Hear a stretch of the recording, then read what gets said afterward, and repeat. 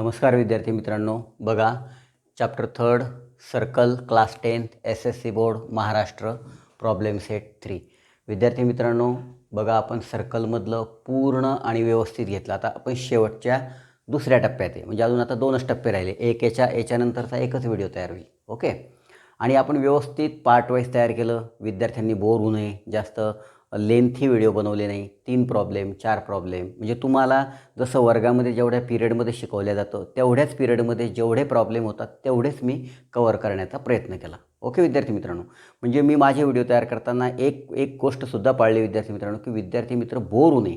नाही तर 1-1 2-2 तासाचे जर व्हिडिओ बनवले तर बरेचसे प्रॉब्लेम येऊ शकतात. डोळ्यांचे येतात, मानेचे येतात, त्यानंतर पालकांना बाहेर जायचं राहतं. आपण सगळ्या गोष्टींचा विचार करून हे व्हिडिओ तयार केलेले आहेत. ओके, तर बघा विद्यार्थी मित्रांनो, की आता आपण शेवटचा जो दुसरा टप्पा आहे त्याच्यामध्ये आपल्याला 3 प्रॉब्लेम घ्यायचे आहेत. आपण तुमचा 18वा प्रॉब्लेम जो आहे तो ह्या वर्षीपुरता कॅन्सल करण्यात आलेला आहे. मी तुम्हाला कालच बोललो की मी हे प्रॉब्लेम परत अपलोड करणार आहेत, परंतु माझा सर्व सिलेबस शिकवून झाल्यावर. आता 19वा प्रॉब्लेम तुम्हाला ह्या वर्षी आहे. मग आपण आता 19वा प्रॉब्लेम बघूया विद्यार्थी मित्रांनो. काय बघा, 19व्या प्रॉब्लेमची आपण पहिले फिगर काढूया. ओके, या फिगरमध्ये बघा एक छोटं वर्तुळ इंटरनली टच होतं आहे. ओके, आता याच्यामध्ये हा केंद्र बिंदू याच्यावर आहे आणि हा इथं आहे. ही कॉर्ड कोणत्या याची आहे विद्यार्थी मित्रांनो? मोठ्या वर्तुळाची. हा ए बिंदू. ओके, आपण असं जोडलेलं नाही, हे फक्त आता असं दाखवूया, आपण नंतर जोडूया. ओके, इथं डी बिंदू, इथं ई बिंदू. आता हे असं एवढं आपल्याला दिलेलं आहे आणि काय विचारलेलं आहे विद्यार्थी मित्रांनो? प्रूव्ह दॅट अतिशय सोपा प्रश्न आहे. सेगमेंट ई ए, फक्त समजला ना तर तुम्हाला काहीच गरज नाही. एक सेगमेंट ए बी एकदा समजला तर फक्त त्याला 2दा सोडवून पाहायचं बस, आणि नंतर परीक्षेच्या वेळी ओव्हरलुकिंग करायची. सेगमेंट ई ए, हा सेगमेंट ई ए आणि ई बी. आता मी सोपं सांगतो तुम्हाला. हे बघा, हे ई आणि ए बी कॉन्ग्रंट आहे. हे आपण आकृतीकडे बघितल्या सांगू शकतो. बघा, हे टचिंग सर्कल थेरमने हे कोलिनियर आहेत. ओके, टचिंग सर्कल थेरमने हे काय, तिन्ही बिंदू कोलिनियर आहेत. आणि इथं जर जोडलं तर हा 90चा आहे. मग जर एक केंद्रातून एखाद्या मोठ्या वर्तुळाच्या जीवेवर, कॉर्डवर केंद्रातून जर आपण जोडलं, ते केंद्रातून लंब टाकला तर तो त्या कॉर्डला बायसेक्ट करतो. हे आपण 8वीला पेज नंबर 114वर खालच्या 2 ओळी 8वीच्या पुस्तकात बघा तुम्ही क्लिअर. हे याचा 8वीच्या पुस्तकाशी संबंध आहे, पेज नंबर 114वर. ते आपण आता बघूया. बघा विद्यार्थी मित्रांनो, आपण आता लिहूया उत्तर. सोल्युशन थोडं लिहायचं आहे तुम्हाला, लिहूया. सोल्युशन बघा, draw segment ED and DA. Okay, आपण आता हे ED असं काढलं एक सेगमेंट आणि हे जोडलं आपण. ओके, इथं जोडलं, डीला जोडलं. ओके, आता बघा हे आपण लिहिलं तर आता ह्या सेमी सर्कलमधला हा काय होतो विद्यार्थी मित्रांनो? 90चा होतो. आपण लिहूया एक वाक्य, ECD by the theorem of touching circle. Okay, हे ECD कोलिनियर आहेत का? तर इंटरनली टचिंग सर्कल थेरम तुम्ही बघा, आपण त्याच्यामध्ये हे शिकलेलो आहोत. त्यानंतर अजून एक वाक्य लिहूया. Segment ED is a diameter of smaller circle. बघा एक एक आपण त्या आकृतीकडे बघून एक एक. हे ED काय विद्यार्थी मित्रांनो? की diameter of the smaller circle. त्यानंतर angle EAD is equal to 90 degree. का 90 डिग्री आहे? आपण हे थेरम बघितलेलं आहे. Inscribed angle in semi circle, तो सेमी सर्कलमध्ये आहे म्हणून तो 90 अंशाचा आहे. मग आपण याला काय म्हणू विद्यार्थी मित्रांनो, याला 1 म्हणू सध्या, बरोबर आहे. मग आपण आता लिहूया याच्यावर की हे डी ए काय आहे, perpendicular. Okay, segment D A perpendicular कशावर परपेंडिक्युलर आहे, ई बीवर. ओके, फ्रॉम 1 आपण 1 ने म्हणू शकतो कारण EAD 90 आहे ना. हा EAD जर 90 असेल तर DA परपेंडिक्युलर EB म्हणजे फ्रॉम 1. मग याचा अर्थ आता हे काय झालं विद्यार्थी मित्रांनो, आपण आता याचा अर्थ काय होतो बघा की हे याचा अर्थ असा होतो की आपण असं लिहूया की perpendicular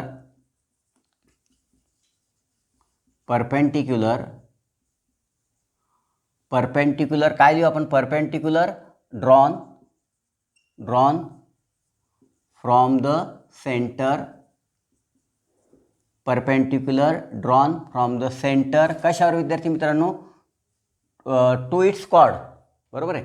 perpendicular drawn from the centre to its chord bisect chord, बस एवढंच लिहा, टू इट्स कॉर्ड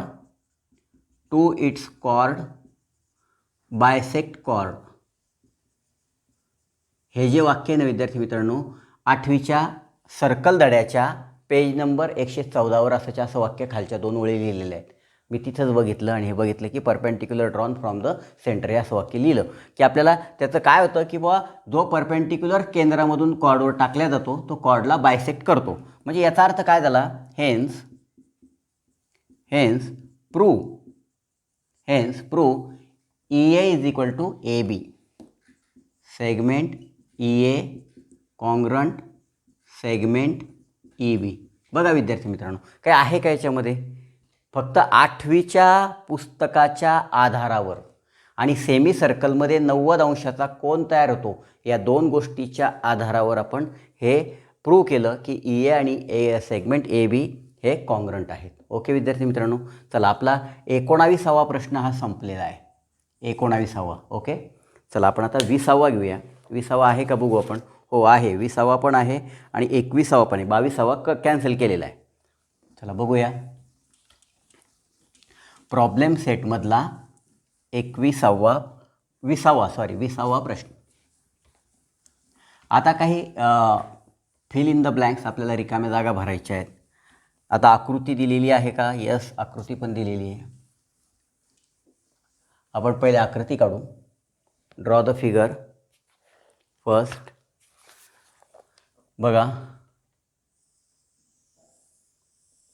आणि असं जर आलं तर एकदम 100% तुम्हाला पूर्ण मार्क मिळायला पाहिजे विद्यार्थी मित्रांनो, कारण हेचे mark fill in the blanks चुकलंच नाही पाहिजे.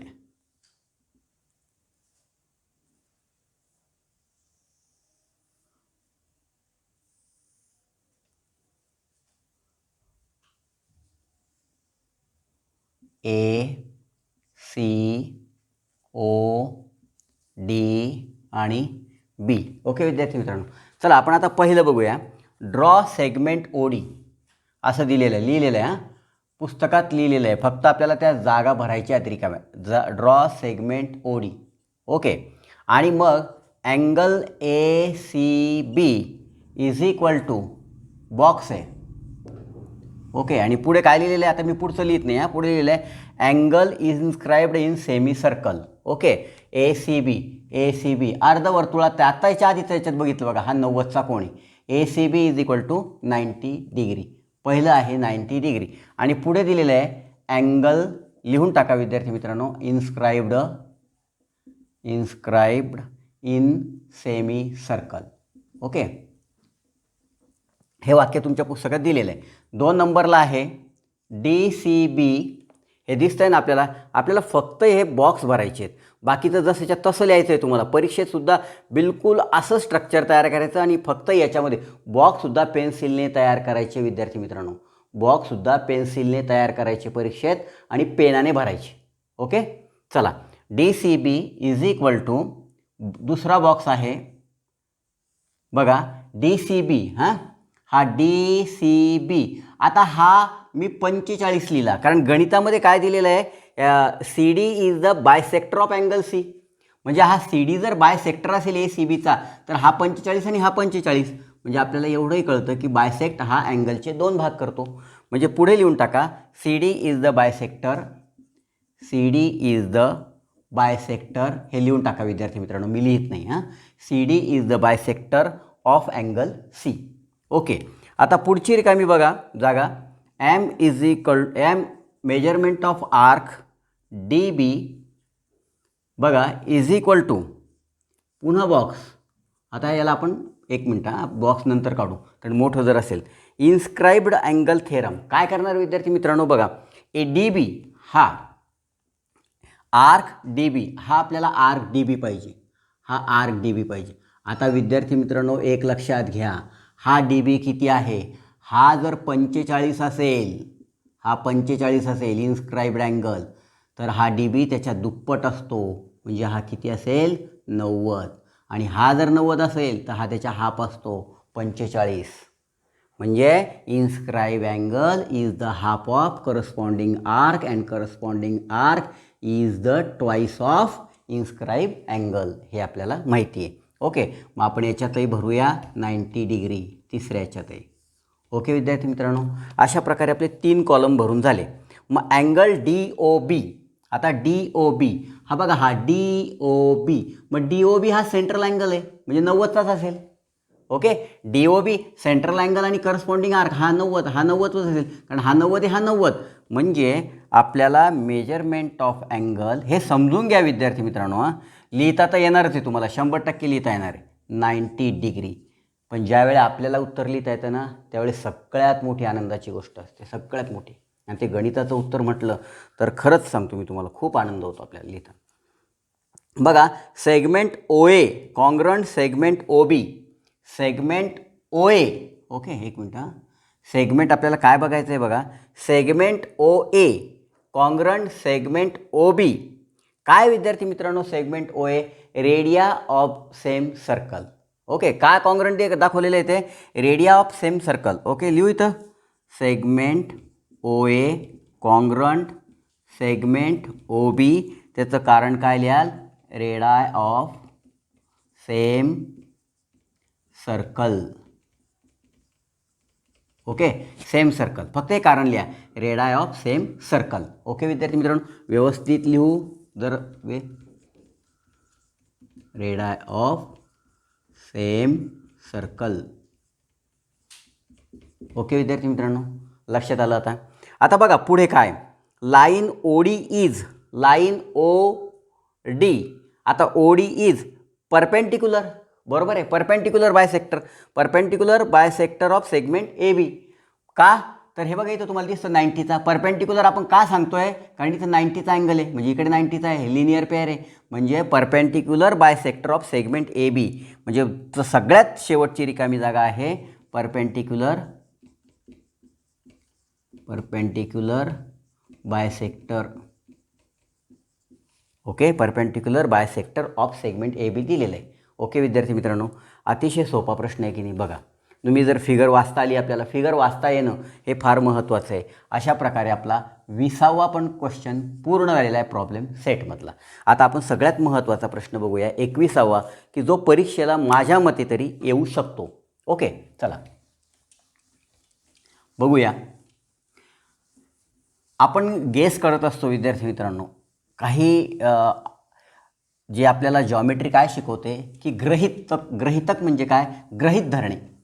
आपण आभाळ आलं तर आपण असं गृहीत धरतो की पाऊस पडू शकतो, आपल्याला बाहेर जाऊन फिरून यायचं आहे तर आपण छत्री घेऊन जातो आणि कधी कधी पाऊस पडतच नाही, मग आपलं गृहीतक हे रॉंग ठरतं.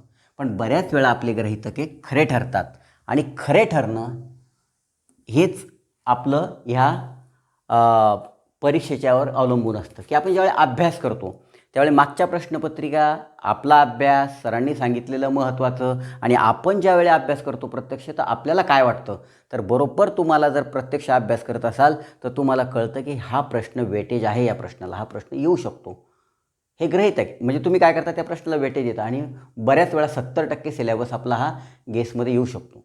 तर बघा विद्यार्थी मित्रांनो, अभ्यास व्यवस्थित करा. चला पुढचं बघा प्रश्न 21वा.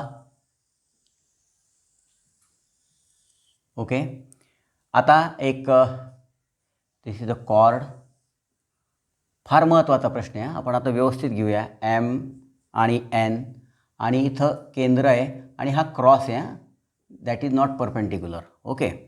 एल आणि केंद्र ओ. आता आपण याच्यामध्ये जे दिलं आपण ते पहिले लिहून घेऊया. कितवा प्रश्न आहे विद्यार्थी मित्रांनो? 21वा. आपल्याला याला व्यवस्थित घ्यायचं आहे. बघा सोल्युशन.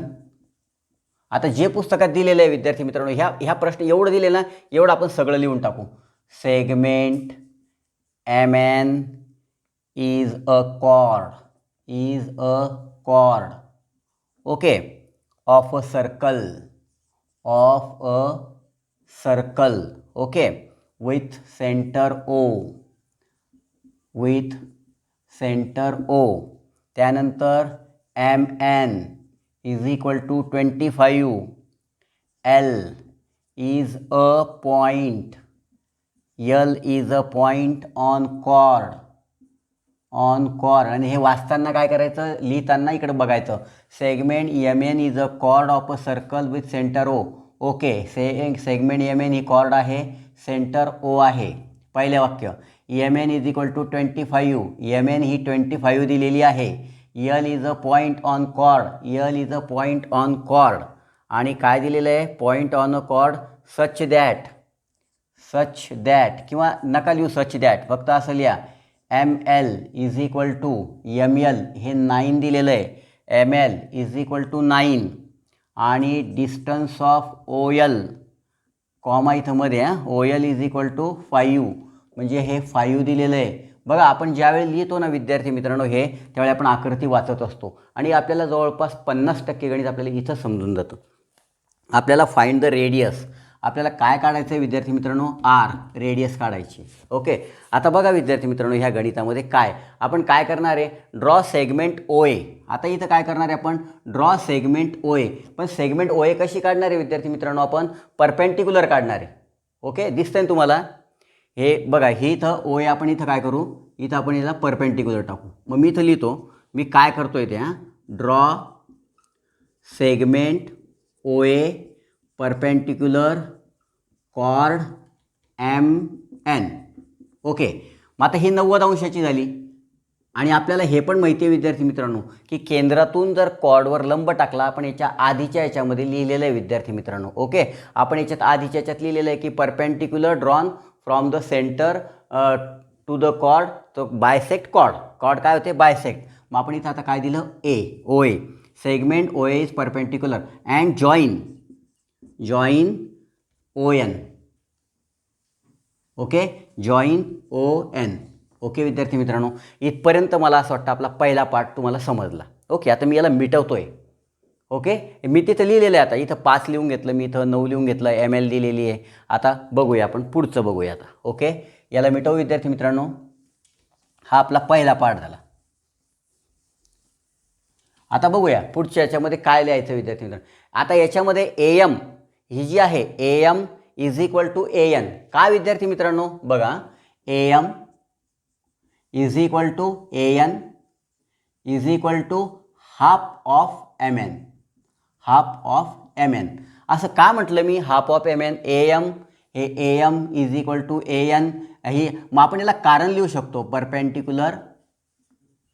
परपेंडिक्युलर जे वाक्य मी आधी सांगितलं होतं, परपेंडिक्युलर काय विद्यार्थी मित्रांनो? Drawn from the centre of a circle CIRCLE of the circle कशाच्या याच्यात? टू इट्स कॉर्ड आणि bisect chord. Okay. Bisect chord. Perpendicular drawn from the centre of a circle to its chord bisect chord. हे वाक्य तुम्हाला हे असं लिहिल्यानंतर जाऊ. ओके. आता बघा AM is equal to AN is equal to half into MN किती दिलेली विद्यार्थी मित्रांनो? 25 गिवन 25 ठेवू आपण इथं. म्हणजे याचा अर्थ AM is equal to AN is equal to 12.5. Sorry 12.5च ना, 12.5 25. आता हे तुम्हाला सगळ्यात महत्त्वाचं मिळालं. की तुम्हाला AM ही AM मिळाली आणि AN मिळाली. म्हणजे ही AN पण किती आहे 12.5 आणि ही AM किती आहे 12.5 हे आपण लिहून घेतलं. ओके, इथपर्यंत कळालं विद्यार्थी मित्रांनो. आता बघा मला AL काढायची, मग मला AM माहिती आहे आणि मला ML माहिती आहे, म्हणजे मला AL काढता येईल. आपण आता AL काढूया. ओके, याला पण मिटवूया. हे दुसरा टप्पा झाला आपला. एक एक टप्प्याचा व्यवस्थित बघा. आता मला AL okay AL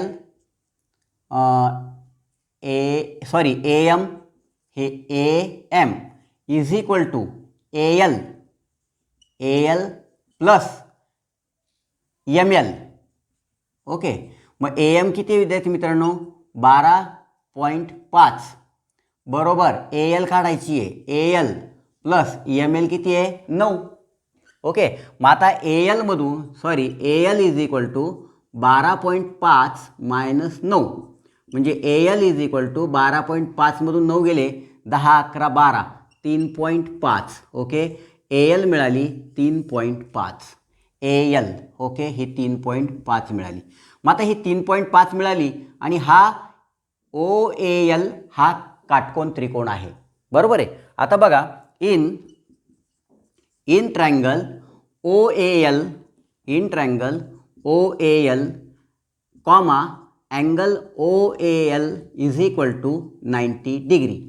OAL is equal to 90 हे लिहिणं कंपल्सरी विद्यार्थी मित्रांनो. तेव्हाच ते सिद्ध होतं की तो 90 अंशाचा काटकोन त्रिकोण आहे आणि आपण पायथागोरस थेरम वापरू शकतो. ओके, आता याच्यामध्ये दोन बाजू माहिती आहे आपल्याला, हायपोटेनियस पण माहिती आहे आणि एक साईड पण माहिती आहे. मग आपण असं लिहू शकतो OL चा वर्ग बरोबर OA चा वर्ग प्लस AL चा वर्ग.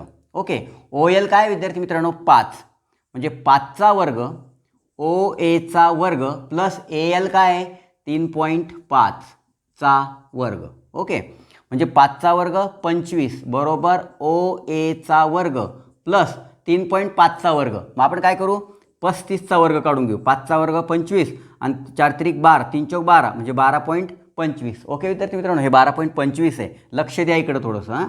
12.25. ओके, हे झालं 12.25. आता हे 12.25 आपल्याला काय करायचे याच्यातून वजा करायचे 25 मधून म्हणजे OA चा वर्ग बरोबर 25 मायनस 12.25. ओके, आता आपण ही वजाबाकी करूया. 25.00 आणि 12.25. ओके, 10तून 5 गेले 5 हातचाला 1 2 आणि 1 3. 10तून 3 गेले 7 पॉईंट हातचाला 1 2 आणि 1 3. 5तून 3 गेले 2. ओके, आणि 2तून 1 गेला 1 म्हणजे 12.75 येतं का विद्यार्थी मित्रांनो. बघा OA square is equal to 12.75. मग आपण याला असंच ठेवूया. मी काय OAचा स्क्वेअर रूट बोथ साईड्स करायचं नाही आपल्याला. ओके, आता बघूया आपण याचं इथं लिहितो मी थोडंसं, मग इकडे घेऊ आपण. इन ट्रायंगल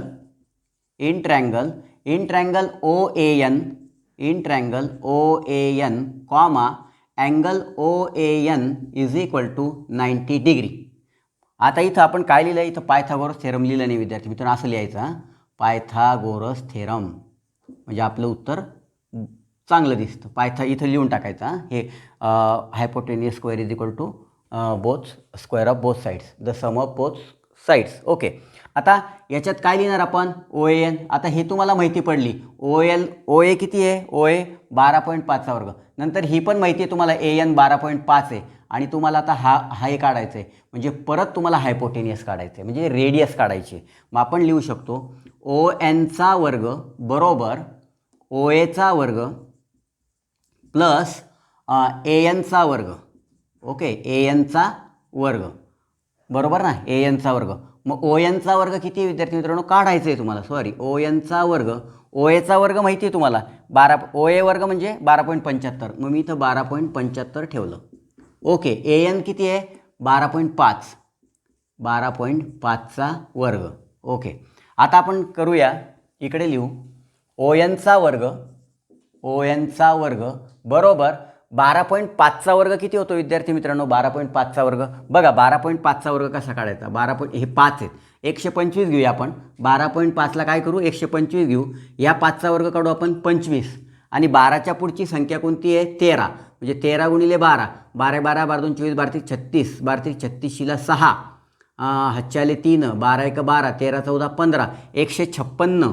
ओके, आणि 2 नंतर म्हणजे 156 point is equal to 12.75 plus 156.25. कसं काढलं मी सांगितलं ना तुम्हाला, ही ट्रिक्स वापरली आपण. ओके, आता या दोघांची बेरीज करूया. 12.75 आणि 156.25. 5 5 10 0, हातचाला 1, 7 8 9 10 0, हातचाला 1, 6 7 8 9, 5 1 6 1, म्हणजे 169.00. म्हणजे ON square is equal to 169.00. Square root both sides, square root both sides. Okay, pen बदलूया. स्क्वेअर रूट बोथ साइड्स काय होईल विद्यार्थी मित्रांनो, ON is equal to 13 units. आणि मग लिहूया radius of circle is equal to 13 units. हे तुम्हाला उत्तर मिळालं. अतिशय सोपे गणित आहेत विद्यार्थी मित्रांनो. राहिले आता आपले, मी तुमच्याशी थोडंसं सांगतो तुम्हाला की आता पुढचा 22वा प्रॉब्लेम पण तुमच्या ह्या वर्षीसाठी कॅन्सल करण्यात आलेला आहे. 23वा घेऊया आपण, एक 24वा पण कॅन्सल केलेला आहे. फक्त 23 आणि 25 हे दोनच प्रॉब्लेम राहिले. मी लगेच पुढच्या व्हिडिओमध्ये कंटिन्यू करतो आणि सर्कलला आपण थांबवूया. कसे वाटले विद्यार्थी मित्रांनो सर्कलचे एकूण एक व्हिडिओ बघा, अभ्यास करा, तुम्हाला काही अडचण येणार नाही. व्हिडिओ जर नक्की आवडत असतील, आपले कष्ट जर तुम्हाला खरोखर समजत असतील किंवा सर शिकवताय व्यवस्थित, तर नक्की सबस्क्राईब करा विद्यार्थी मित्रांनो. त्याला लाईक करा, शेअर करा, जास्तीत जास्त बघा आणि खूप अभ्यास करा. आनंदी राहा. Okay, bye.